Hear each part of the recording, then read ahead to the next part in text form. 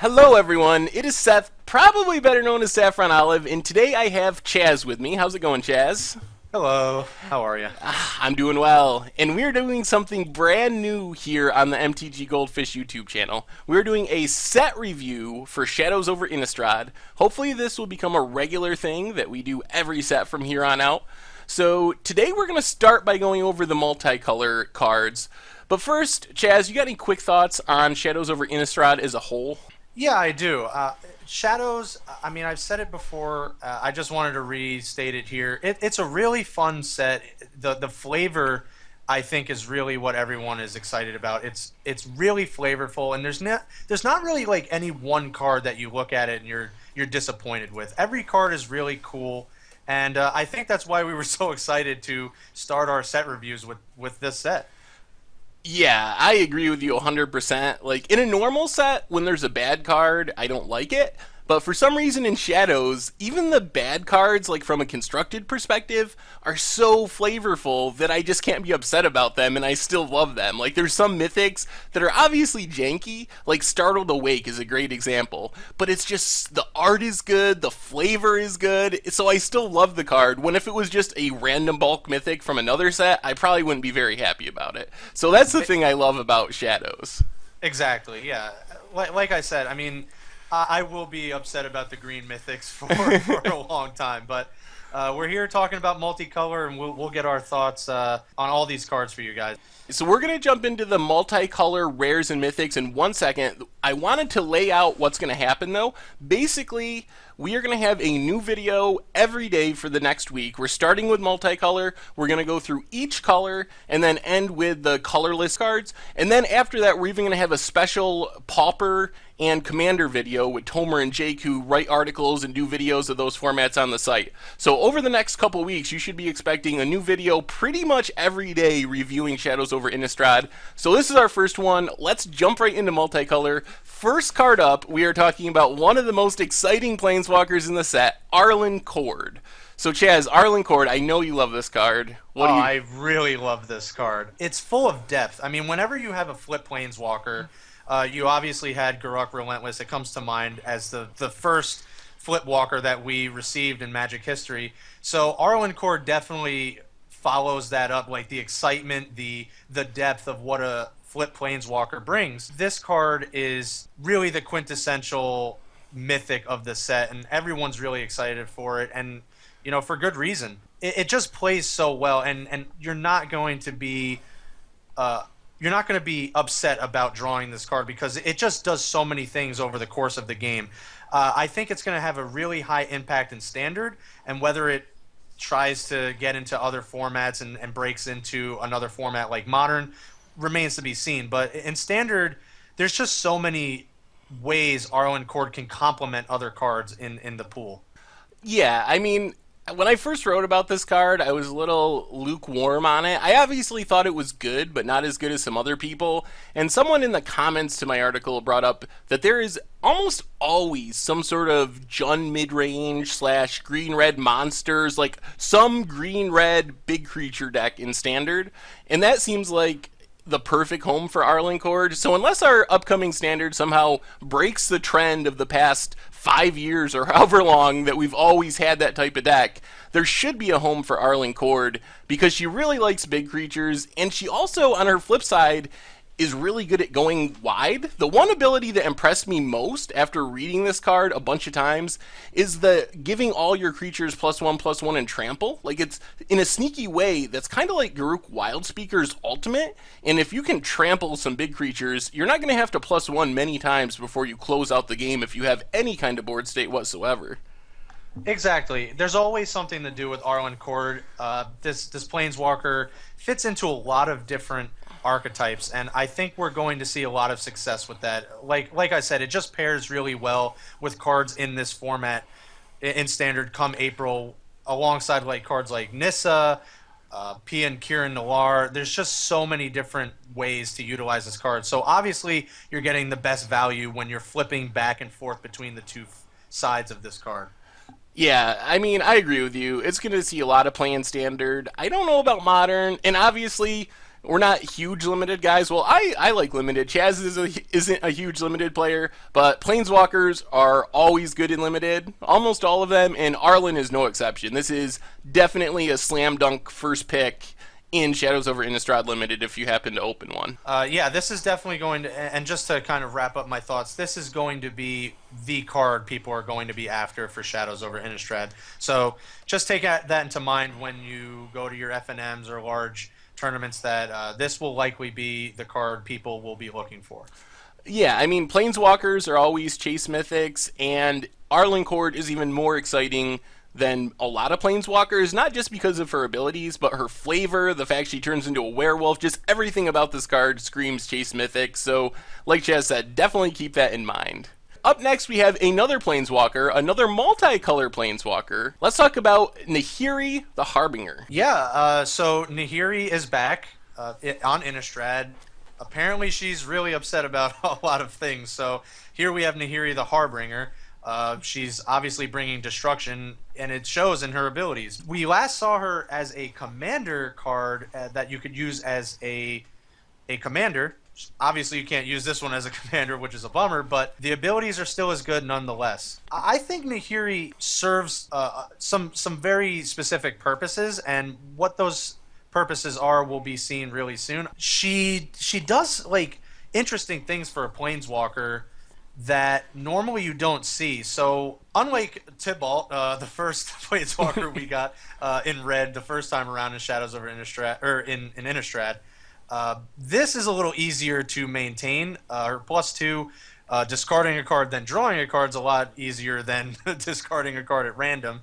Nahiri also deals with a lot of problematic, enchantments, obviously artifacts and tap creatures. And exiling is obviously going to be really important in this new standard. So I really like Nahiri. Maybe it might not deserve a lot of the praise that the other planeswalkers will get, but it's certainly by no means any less powerful. Yeah, I like Nahiri too. Her +2 obviously works well with Madness. There's like a lot of contradictions with Nahiri for me. Her +2 works really well with Madness, but red-white doesn't seem to be the Madness color, or the color combination in Shadows. That's more red-black. Her -2 is really powerful, but also somewhat restrictive. And her -8, the ultimate, is sort of like this against the odds type ability for me. It seems like you can do really cool things with it, but in your typical standard deck, it doesn't just win you the game. You're not going to have a creature in your deck that is just game over, like a Griselbrand or like a Emrakul or something like that. So you can get value from it, but typically with your ultimate, you want it to just win the game on the spot or very quickly thereafter. And Nahiri doesn't necessarily do that. So I think she's decent and she'll see play. The other question I have about her is when I see red-white or Boros, I automatically think aggressive, and she's not that aggressive of a planeswalker. She's kind of this weird controlling planeswalker in aggro colors, so I don't know how that works out. Is this something you would just jam in any Boros deck, Chaz? It's hard to say because not every Boros deck wants to do the same thing, but I think this will likely see play, like you said, in more of like a mid-range control type archetype and not necessarily the more aggressive archetypes. I mean, obviously you might want to play it in either, but it's going to be more effective in the mid-range and controlling archetypes just because it does things that you want in those archetypes rather than aggressive where you're just trying to end the game early. One thing to note about her ultimate, you don't actually get any of the on-cast benefits for cards like Ulamog, the Ceaseless Hunger, World Breaker, anything like that. So just keep that in mind. That might severely limit this card and what it can do in Standard. That's a good point. The best creatures to search out with Nahiri have on-cast triggers, not enter the battlefield triggers, at least in Standard, so I hadn't really considered that. Anyway, final verdict, Chaz. Is she Standard playable? Do you expect to see her in Standard? I think a lot of, when we look at Magic's history, I think a lot of Planeswalkers end up being Standard playable, so I would say yes to Standard, for sure.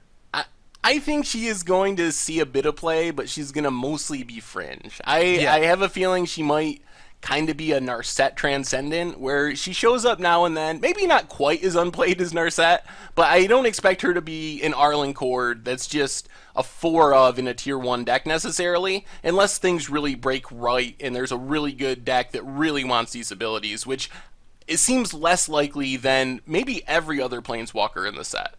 I will agree with that. All right, so next up, another sweet multicolor mythic, Olivia Mobilized for War. So we talked about Red Black Madness and how I wasn't sure Nahiri fit in that deck because of the white inner mana cost and how it's kind of difficult to splash with the new mana in standard. Well, this is the mythic for the Red Black Madness deck. It sure is. Olivia is back. She's mobilized. It's certainly a really different take than when we saw Olivia last in the previous Innistrad block. Just keep in mind, her ability doesn't really delegate Olivia to primarily an aggressive list or even primarily to a madness list. I look at this card and see a ton of potential in anything, honestly, that plays black or red. You use cards you don't need from your hand. You power up cards from your hand to give them haste. So I would be very surprised. I wouldn't be surprised, rather, to see this card in a bevy of decks. So you're gonna be casting your Ulamog the Ceaseless Hunger and discarding a card to Olivia to give it haste. You might as well. Yeah, I mean, yeah, it's so great in so many different scenarios. It's just really not delegated to any one specific archetype, and I think that's really what makes Olivia so powerful. And you're right. I mean, it's a 3/3 flyer for 3, so it's already like above the curve in a lot of ways. So just on her own, she's powerful. For me, I agree that she'll see play in a lot of different places. But I'm really excited because Red Black Madness / Vampires seems to have gotten the most support from Shadows over Innistrad out of all the tribes and all the archetypes. So if you're going to build a Shadows over Innistrad block constructed deck just with cards from that set, I think that she would be a key piece and maybe the best deck in that format. So I think that she's going to be really good in that archetype. If not right away, definitely after rotation in the future. Like, I can see that deck being really good and really sweet. What about our next mythic, Sigarda, Heron's Grace? So this is, what, the second Sigarda we've seen? Yep, this is Sigarda 2.0. A 2-point bad? 2-point bad, unfortunately. I'm not very excited about Sigarda 2-point bad either.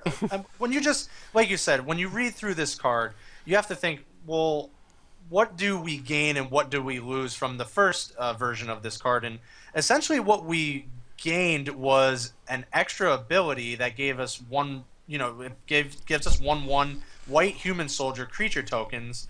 It gives us, as the player, and these humans hexproof, but what does that really do for Sigarda? It doesn't really do much of anything. It doesn't protect itself anymore. Well, I mean, the power of the original Sigarda wasn't the abilities or anything. It was the fact that it was a 5/5 flying hexproof for 5. Like, it was a fast clock that was almost impossible to deal with. It was like Thrun with evasion. So you would just play it on turn 5 and your opponent would die in 4 turns from Sigarda. That's not going to happen with this one. She dies easily. Her clock is significantly slower. If she's like your main way of winning the game, the difference between 4 and 5 power is a whole extra turn of surviving and attacking. And her ability is pretty expensive, so it's going to take a lot of mana to generate too much value with the pay to exile a card to make a human soldier token. So I'm not excited for this one, and I think she's outclassed by the big flyers that are already in the format. Dragonlord Ojutai, Dragonlord Atarka, even the new Avacyn, for example. So there's a lot of better options in her colors in Standard. Absolutely. Yeah, the original Sigarda, those abilities, even the ability about sacrificing, stood the test of time. And even when it was released in that block, it was protection in and of itself with cards like Liliana the Veil. This Sigarda is not really doing anything about combating what's in the format and combating anything that's in this set, rather. So it's very vulnerable. It loses hexproof, and I just don't like this version at all. Yeah, so any Standard play, or maybe like after rotation once Dragons is gone, or is this just completely unplayable? I would be very surprised if this card saw any play with Avacyn running around. And in Modern, you're definitely playing the original 100% of the time. Absolutely. So, all right. Up next, we have another Planeswalker, Sorin Grim Nemesis. So this one for me, I think it's not that great of a card, but I could see it fulfilling a really specific role in control decks because if you can get the board stable with a Wrath or something and play a Sorin, I'm not sure how you lose. Like, you just plus Sorin, kill your opponent by drawing cards, and then if they ever get a creature through all the removal spells and counter spells you're drawing, you can just negative Sorin for a turn, kill it, gain a bunch of life back. So on a stable board, I don't even think you need the ultimate. You just plus and negative X until you win the game. Yeah, so this is the first Sorin we get that doesn't cost 4 mana, so that's interesting. But yeah, I agree with what you said. I think it is going to be rewarding for decks to try and build into Sorin Grim Nemesis. It does deal with every other Planeswalker in the format, so that's something to keep in mind. And like you said, you are generating some really good card advantage by its +1. And while its ultimate's not really too exciting, the +1 and -X abilities really make up for that because this card can really deal with a lot of different things. And in the meantime, it's killing your opponent. So yeah, I think this is a really good card to build into. It's much like Chandra Flamecaller at 6 mana also. So these types of 6 mana walkers, you look at Magic history like Elspeth, Chandra, they have to really pay off, and I think Sorin Grim Nemesis does do that. I know everyone's not really excited about a 6 mana walker all the time, especially when it comes to constructed, but it does pay off. The one thing I'm worried about in Standard is, unlike Elspeth Sun's Champion, and even Chandra to some extent, Sorin isn't great if you're behind on board. Like, the real power of Elspeth was almost no matter what board state, if you top deck an Elspeth, you're right back in the game. Chandra, to some extent, with her negative ability, the same thing. Ugin the Spirit Dragon, you just wrath away all your opponent's stuff and you got a Ugin left over. Sorin can do that if your opponent has one big threat, because with the negative X ability, but if you're way behind on board, Sorin is a pretty bad top deck, unlike some of those other like real staple 6 mana or even more mana Planeswalkers. Absolutely, I agree. It's a solid Planeswalker. It has its uses, but overall it's not the most powerful Planeswalker we've seen, and certainly not the most powerful one in this set. Alright, so enough with the Planeswalkers. Let's talk about maybe my favorite mythic in the entire set, the Gitrog Monster, the legendary frog horror. So 5 mana 6/6 has Death Touch. You got to sack a land each turn, but you also get to play an extra land each turn. And whenever a land goes in your graveyard from anywhere, you draw a card. Chaz, tell me about the Gitrog Monster.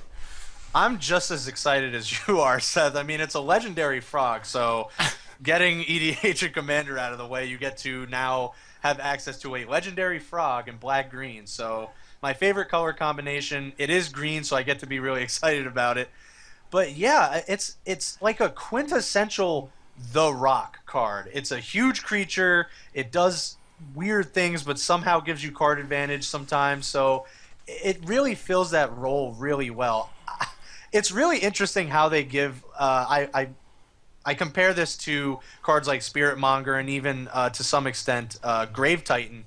It's just so weird that they give a 6/6 Death Touch. It's like already bigger than most creatures, but I guess it has Death Touch on there. But yeah, it's just a really interesting card design, and while it's not nearly as powerful as Spirit Monger, I don't think it will play a role somehow. And obviously, it gives cards like Life from the Loam a second look, and maybe it spawns a new archetype in Modern, or even I've heard other formats that can somehow get this card out extremely quickly and then take over the game.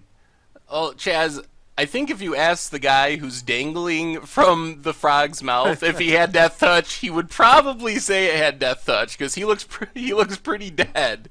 Yeah, he's very dead. For me, this one gets my combo senses tingling. Like, the fact that when the land goes to your graveyard from anywhere is really exciting. I imagine building like some sort of Gitrog Monster deck with Treasure Hunt and a ton of lands in your deck, and you just like draw the lands and discard them and draw a bunch of cards, or you glimpse the Unthinkable yourself for 2 mana and have 6 lands go in the graveyard. So there's some really exciting aspects of it with the combo aspect that really make me excited. So we'll see if there's anything like that that can actually work out. Yeah, absolutely. Just keep in mind, this is a card we're going to cover in a later video, but there is a land that offers the Gitrog Monsters a bit of a engine, and that's a Drownyard Temple. So keep that in mind. It's in Standard.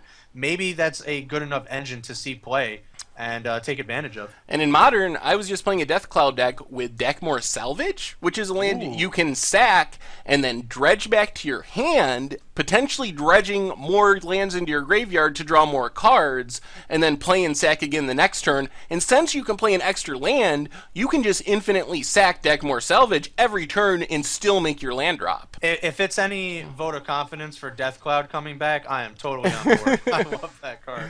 And it was a really awesome video. So I would love to see some Gitrog Monster action. So those are the multicolor mythics, but we also have some multicolor rares to talk about. First up, Altered Ego. So this is a clone variant, costs 4 and X, with the mana cost being blue and green. Can't be countered. When it enters the battlefield, it can be a copy of any creature, but it enters the battlefield with X additional +1/+1 counters. Any chance this sees play, Chaz? Well, my first question is, does this card pertain to us? Am I your Altered Ego? It's an interesting card, but it's not really exciting. I don't know. Like, I'm not really excited for it. It's just another clone effect. But yeah, I guess adding additional +1/+1 counters can be exciting, but I don't know really where this fits into any kind of constructed setting. In Standard, it's still just a 4-mana clone, and we get 4-mana clones all the time, and they're never playable. I mean, if Clever Impersonator isn't playable, I don't think this is playable. Yeah, I think that's really the statement right there. If Clever Impersonator couldn't find a home, I doubt this will too. The most exciting part of this card is Kev Walker's art, as always, so I think that's all I really can say about Altered Ego. Up next, we have Anguished Unmaking. So the new Vindicate, sort of. Yeah, sort of. Can't hit lands, which is going to be always important. But obviously they can't make Vindicate anymore these days. So this is probably the best we're going to get. And I think this kind of has to see play. This is a really good answer. Losing 3 life isn't the worst thing in the world, especially when you look at what's around this card, especially with cards like Winvala to bring that life total right back, any other incidental life gain. So I think this is just a card that needs to exist, and a card that will be leaned on for, to remove, obviously, pesky creatures in Standard. Yeah, I mean, or anything, really. Yeah, I think it kind of fills, in some sense, the Hero's Downfall role, which has really been missing since Hero's Downfall rotated. It can kill any creature instant speed, even indestructible creatures, which will matter in our new Standard. And it can take down a Planeswalker at instant speed, so I think control decks will definitely be playing this card, and other decks will as well. I mean, in aggro, you don't care as much about the loss of 3 life, because you're going to be getting in damage once you cast Anguished Unmaking on a blocker or something. So I expected to see play. We can argue about whether or not it's a 4 of, because paying 12 life to cast 4 of these is a lot over the course of a game. So it might not be that every deck can play it as a 4 of, but it's going to see a ton of play in Standard. Absolutely, yeah. I totally agree, and like I said, it's a necessary card that people will have to use, and it deals with a lot of things in this format. And exiling is also really important these come April. Yes, I mean, it takes down an Ulamog, and that is kind of really important. There's not many ways to just kill an Ulamog at instant speed, so I'm happy about that. That's worth the 3 life every day of the week. Absolutely, yeah. Taking out Ulamog and to some extent Worldbreaker will probably be really important. Next, we got a card that I don't even really understand what it does. Fervent Visions, enchantment. Let me see if I can understand this. At the beginning of each player's end step, that player draws a card. If the player is your opponent and has 4 or more cards in hand, Fervent Vision deals 2 damage to him or her. So this is like some sort of really weird Howling Mine Black Vice combo card, split card. Is that what we're dealing with? Yeah, this is really interesting. Unfortunately, this card wasn't printed back in the Kamikawa Ravnica days where Ebony Owl Netsuke was also a deck to be built around. This would have been amazing back then. But unfortunately, it's not Kamikawa Ravnica time. And the real thing about Fervid Visions is there's nothing really around it to support it. It's kind of just a standalone card. Maybe it sees play in other applications, but in standard or in any constructed setting, there's just not enough support. Maybe this dredges up some people to want to build that Ebony Owl Netsuke deck, or as we used to call it, Owling Mine in Modern. But who knows? Yeah, the weird thing for me is it makes people draw on their end step, which is just the weirdest timing. Normally those effects happen like at the draw step or on the upkeep. I don't know if I've ever seen a Howling Mine variant that makes you draw at your end step. So that is just odd to me. I don't know why that matters. It probably doesn't. It's just weird. Yeah, it's certainly interesting and nothing we've seen before on cards like this, as you said. All right. Now, a card that really makes me angry because it doesn't give hexproof. Invocation of St. Traft. Basically, you turn a creature into Geist of St. Traft minus the hexproof. Would you ever play this card, Chaz? It might see play in a Boggles deck in Modern, just on the off chance it's good enough, but I think that's really the only application we will see. It is flavorful, it's really interesting, but I don't know if it can see play outside of like a Boggles archetype. The big problem in Standard is there's nothing good to put it on. It doesn't boost power and toughness, so it's not going to help your creature get through blockers. It doesn't give hexproof, so you can still get blown out by removal. So it's just, for me, it's another one of those wacky blue-white enchantments that seems cool, and if you're building some casual deck, it's probably fun. The flavor is pretty sweet. I wish it had hexproof, but still the flavor is good, but it's just not playable in Standard. Maybe in Boggles, even though there I'm not sure. I think you'd rather just have like Unflinching Courage or something, but I guess there's an outside shot of that. But in Standard, there's just no good hexproof creatures to put this on. Yeah, maybe, hey, Elusive Tormentor could use this card, but who knows? I do agree with you mostly, though. There's an outside shot at Boggles, and I think that's all we can hope for. All right, and our last card of the day, Prized Amalgam. So this card excites me because it just seems like free value. Like in Modern Dredgevine or something, you just dredge these into the graveyard, you cast a Gravecrawler from your graveyard, or just play a land to get back a Bloodghast, and all of a sudden you get 2 or 3 3/3s just for free because you dredged them into your graveyard. Yeah, this is like a powered up version of Gravecrawler, really, right? I mean, this is just free 3/3s every time you meet the condition, and I think it's a really interesting card. It's a really powerful zombie, and I think it honestly goes hand in hand with all the other zombies that we've seen in the history, and especially with cards like Relentless Dead. There's definitely some incentive to get zombies in your graveyard and get them out, and it seems like a deck that could grind out some value and grind out some wins. So I'm excited to see people start brewing. I think it's possible there's a real competitive, if not tier 1, like tier 2 zombie deck in Standard, which would be pretty sweet. Yeah, you mentioned before Modern, and I think that's a really... I think we need to keep an eye on this card in Modern, because the more cards we get like this, the more of a argument we have for a real contender in a dredge deck. I know there's always been these dredge decks that are always on the outside looking in, but every card that gets released, especially Prized Amalgam, gives it just another powerful card to utilize. Anyway, any final thoughts, Chaz, on our multicolored cards from Shadows over Innistrad? Yeah, some final thoughts. I mean, most of these, if not all of them, like we said, are just really flavorful, really interesting, and there's not really any one bad multicolor card, especially the Mythics. The Mythics are really strong.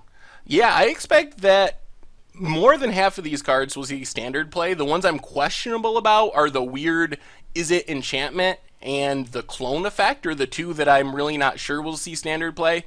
But I think we'll see a lot of these cards in Standard, and a lot of them are unique enough they could show up in Modern as well, with things breaking right for them and the right deck showing up. Yeah, I mean, with 3 planeswalkers, you have a frog monster. I think the multicolor in Shadows over Innistrad did not disappoint in the least. All right, so last thing on the way out the door, favorite multicolor rare or mythic, Chaz, what is it? I think it has to be the Gitrog Monster. I hate to agree with you, but yes, that card is so sweet. We agree on something. Gitrog Monster, the sweetest and probably most flavorful mythic from Shadows over Innistrad in the multicolor category. Anyway, that is all for today. Make sure to tune in tomorrow. We'll have a new video up where we talk about the white rares in mythics from Shadows over Innistrad. Yeah, I hope to see everyone there, and we'll just pick this up right where we left off. And I think you ended it great, Seth. Much like the person in the Gitrog Monster's mouth, I think we are done here.